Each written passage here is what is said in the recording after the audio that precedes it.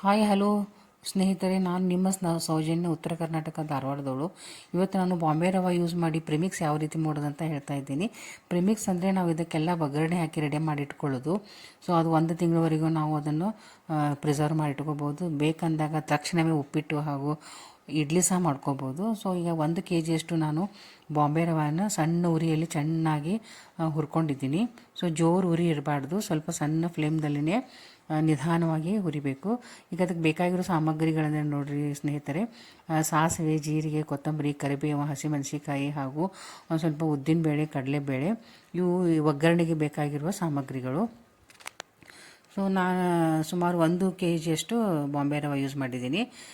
ಈಗ ಒಂದು ಪಾತ್ರೆಯಲ್ಲಿ ಎಣ್ಣೆ ಹಾಕಿದ್ದೀನಿ. ಸುಮಾರು ಒಂದು ದೊಡ್ಡ ಸ್ಪೂನಿಂದ ಒಂದು 2 ರಿಂದ 3 ಸ್ಪೂನಷ್ಟು ಎಣ್ಣೆ ಕಾಯಿಸಿದ್ದೀನಿ. ಸೊ ಈಗ ಎಣ್ಣೆ ಕಾದ್ಮೇಲೆ ನಾವು ಅದರಲ್ಲಿ ಒಂದೊಂದಾಗಿ ಎಲ್ಲ ಸಾಮಾನು ಹಾಕ್ಕೋಬೇಕು. ಈಗ ಸ್ವಲ್ಪ ಸಾಸಿವೆ ಹಾಕಿದ್ದೀನಿ ನೋಡಿ.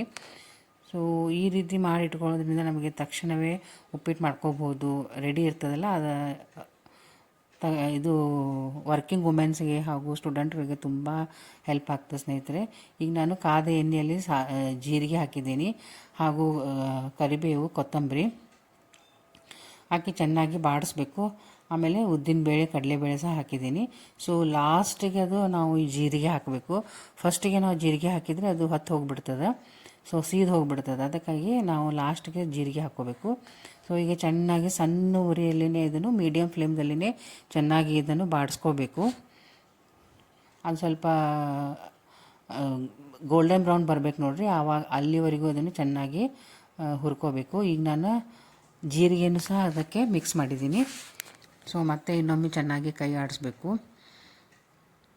ಆಮೇಲೆ ಲಾಸ್ಟಿಗೆ ನಾನು ಕೊತ್ತಂಬರಿ ಹಣ್ಣು ಹಾಕಿದ್ದೀನಿ. ಸ್ವಲ್ಪ ಕೊತ್ತಂಬರಿಯಲ್ಲಿರುವ ಹಸಿ ಅಂಶ ಹೋಗುವವರೆಗೂ ಚೆನ್ನಾಗಿ ಅದನ್ನು ಬಾಡಿಸ್ಬೇಕಾಗ್ತದೆ. ಸೊ ನಾವು ಇದನ್ನು ಫ್ರಿಜ್ನಲ್ಲಿ ಇಟ್ಕೊಂಡ್ರೆ 1 ತಿಂಗಳವರೆಗೂ ನಾವು ಇದನ್ನು ಯೂಸ್ ಮಾಡ್ಕೋಬೋದು. ಹೊರಗಡೆ ಹಾಗೆ ಇಟ್ಟರೆ ನಾವು ಸುಮಾರು ಒಂದು 15 ದಿವಸವರೆಗೂ ಸಹ ಯೂಸ್ ಮಾಡ್ಕೋಬೋದು. ಸ್ವಲ್ಪ ಅರಿಶಿನ ಸಹ ಹಾಕಿದ್ದೀನಿ. ಅರಿಶಿನ ಇದು ಆಪ್ಷನಲ್, ಬೇಕಿದ್ದರೆ ಹಾಕ್ಕೊಳ್ಳಿ, ಇಲ್ಲ ಸ್ಕಿಪ್ ಮಾಡ್ಕೊಳ್ಳಿ. ಈಗ ನಾನು ಒಗ್ಗರಣೆಯಲ್ಲಿ ಹುರಿದುಕೊಂಡಿರುವ ಬಾಂಬೆ ರವಾನು ಹಾಕಿ ಚೆನ್ನಾಗಿ ಮಿಕ್ಸ್ ಮಾಡಿದ್ದೀನಿ ನೋಡಿ. ನಮಗೆ ಉಪ್ಪಿಟ್ಟು ಬೇಕಂದಾಗ ತಕ್ಷಣವೇ ಮಾಡ್ಕೋಬೋದು. ಅದು ತುಂಬ ಟೇಸ್ಟ್ ಆಗ್ತದೆ, ಈಸಿನೂ ಆಗ್ತದೆ. ಸೊ ಸ್ಟೂಡೆಂಟ್ಗಳಿಗೆ ಹಾಗೂ ವರ್ಕಿಂಗ್ ವುಮೆನ್ಗಳಿಗೆ ಇದು ತುಂಬ ಹೆಲ್ಪ್ ಅಂತ ಹೇಳ್ಬೋದು. ಹಾಗೂ ಬ್ಯಾಚುಲರ್ಸ್ ಸಹ ಇದನ್ನು ರೆಡಿ ಮಾಡಿ ಇಟ್ಕೋಬೋದು, ಅವ್ರಿಗೂ ಸಹ ಈಸಿ ಆಗ್ತದೆ. ಸೊ ಮುಂಜಾನೆ ತುಂಬ ಗಡಿಬಿಡಿ ಟೈಮ್ದಲ್ಲಿ ಈ ರೀತಿ ಪ್ರಿಮಿಕ್ಸ್ ಮಾಡಿಟ್ಕೊಂಡು ಉಪ್ಪಿಟ್ಟು ಮಾಡಿಕೊಂಡು ಡಬ್ಬಿಗೆ ಹಾಕ್ಕೊಂಡು ತಾವು ತಿಂದು ಹೋಗ್ಬೋದು. ನೋಡಿ, ಈಗ ಚೆನ್ನಾಗಿ ಒಂದೇ ಸಮನಾಗಿ ಹುರಿದಿದೆ ನೋಡಿ. ಸೊ ಎಲ್ಲ ಎಣ್ಣೆ ಮತ್ತು ಒಗ್ಗರಣೆ, ರವೆ ಚೆನ್ನಾಗಿ ಮಿಕ್ಸ್ ಆಗಿದೆ. ಸೊ ಕಂಪ್ಲೀಟಾಗಿ ಆರಬೇಕಿದು. ಇದು ಕಂಪ್ಲೀಟಾಗಿ ತಂಪಾದಮೇಲೆ ಒಂದು ಕಂಟೈನರ್ದಲ್ಲಿ ಹಾಕ್ಕೋಬೇಕು. ಈಗ ರುಚಿಗೆ ತಕ್ಕಷ್ಟು ಉಪ್ಪನ್ನು ಸೇರಿಸ್ಕೊಳ್ತಾ ಇದ್ದೀನಿ. ಉಪ್ಪು ಸ್ವಲ್ಪ ನೋಡಿ ಹಾಕ್ಕೊಳ್ಳಿ.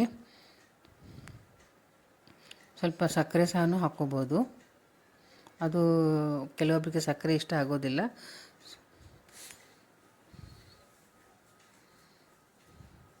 ಸ್ವಲ್ಪ ಸಕ್ಕರೆ ಪುಡಿ ಹಾಕ್ತಾಯಿದ್ದೀನಿ.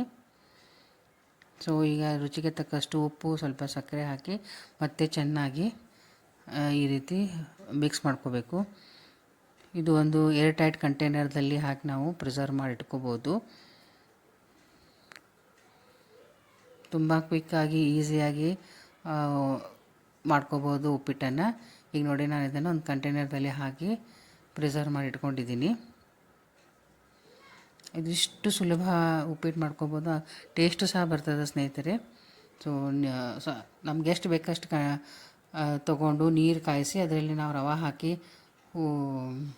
ಬಾಯ್ಲ್ ಮಾಡಿದರೆ ಉಪ್ಪಿಟ್ಟು ರೆಡಿ ಆಗ್ತದೆ ನೋಡಿ. ಈಗ ನಾನು ಸುಮಾರು 2 ವಾಟಿಯಷ್ಟು ನೀರನ್ನು ಕಾಯಲಿಟ್ಟಿದ್ದೇನೆ. ನೀರು ಕಾದ ತಕ್ಷಣ ರೆಡಿ ಇರುವ ಪ್ರಿಮಿಕ್ಸ್ ಅದರಲ್ಲಿ ಹಾಕಿ ನಾವು ಮಿಕ್ಸ್ ಮಾಡಿದರೆ ಉಪ್ಪಿಟ್ಟು ರೆಡಿ ಆಯಿತು. ನೋಡಿದ್ರೆ ತುಂಬ ಸುಲಭ ಅಲ್ಲ? ತುಂಬ ಸುಲಭವೂ ಹೌದು, ಹಾಗೂ ತುಂಬ ಟೇಸ್ಟೂ ಇರ್ತದೆ. ಸಮಯ ನಾವು ಸೇವ್ ಮಾಡ್ಕೋಬೋದು. ಮಾರ್ನಿಂಗ್ ತುಂಬ ಗಡಿಬಿಡಿ ಇರ್ತದಲ್ಲ, ಈ ರೀತಿ ಮಾಡಿ ಇಟ್ಕೊಂಡ್ರೆ ನಮಗೆ ಈಸಿ ಆಗ್ತದೆ. ತುಂಬ ಕ್ವಿಕ್ಕಾಗಿ, ಈಸಿಯಾಗಿ, ಟೇಸ್ಟಿಯಾಗಿ ಉಪ್ಪಿಟ್ಟು ರೆಡಿ ಆಗ್ತಾಯಿದೆ ಸ್ನೇಹಿತರೆ. ನೀವು ಒಂದು ಸಲ ಟ್ರೈ ಮಾಡಿ ನೋಡಿ. ಆಮೇಲೆ ಇದನ್ನು ಸ್ವಲ್ಪ ನಾವು ಒಂದು ತಾಸು ಒಂದು 15 ನಿಮಿಷ ಮೊಸರಲ್ಲಿ ನೆನೆಸಿಟ್ಟು ಅದನ್ನು ಸ್ವಲ್ಪ ಅಡುಗೆ ಸೋಡಾ ಹಾಕಿ ಇಡ್ಲಿ ಸಹ ಮಾಡ್ಕೋಬೋದು. ನಾನೀಗ ಸ್ವಲ್ಪ ತುಪ್ಪನ ಹಾಕಿದ್ದೀನಿ, ಸ್ವಲ್ಪ ಬಿಡಿ ಬಿಡಿ ಆಗಲಿ ಅಂಥೇಳಿ. ಸೊ ಇವತ್ತಿನ ನನ್ನ ಈ ರೆಸಿಪಿ ನಿಮಗೆ ಇಷ್ಟ ಆಗಿದ್ದಲ್ಲಿ ಲೈಕ್ ಮಾಡಿ, ಕಮೆಂಟ್ ಮಾಡಿ ಮತ್ತು ಶೇರ್ ಮಾಡಿ. ಮತ್ತೆ ಒಂದು ಹೊಸ ರೆಸಿಪಿಯೊಂದಿಗೆ ನಿಮ್ಮನ್ನು ಭೇಟಿಯಾಗುತ್ತೇನೆ ಸ್ನೇಹಿತರೆ. ನನ್ನ ಚಾನಲನ್ನು ಸಬ್ಸ್ಕ್ರೈಬ್ ಮಾಡಿ, ಲೈಕ್ ಮಾಡಿ, ಶೇರ್ ಮಾಡಿ, ಸಪೋರ್ಟ್ ಮಾಡಿ ಅಂತ ಕೇಳ್ಕೊಳ್ತೀನಿ.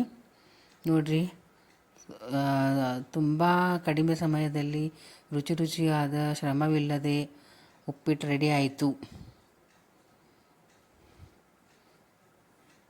ಮತ್ತೆ ಒಂದು ಹೊಸ ರೆಸಿಪಿಯೊಂದಿಗೆ ಭೇಟಿಯಾಗುತ್ತೇನೆ. Until then bye, see you.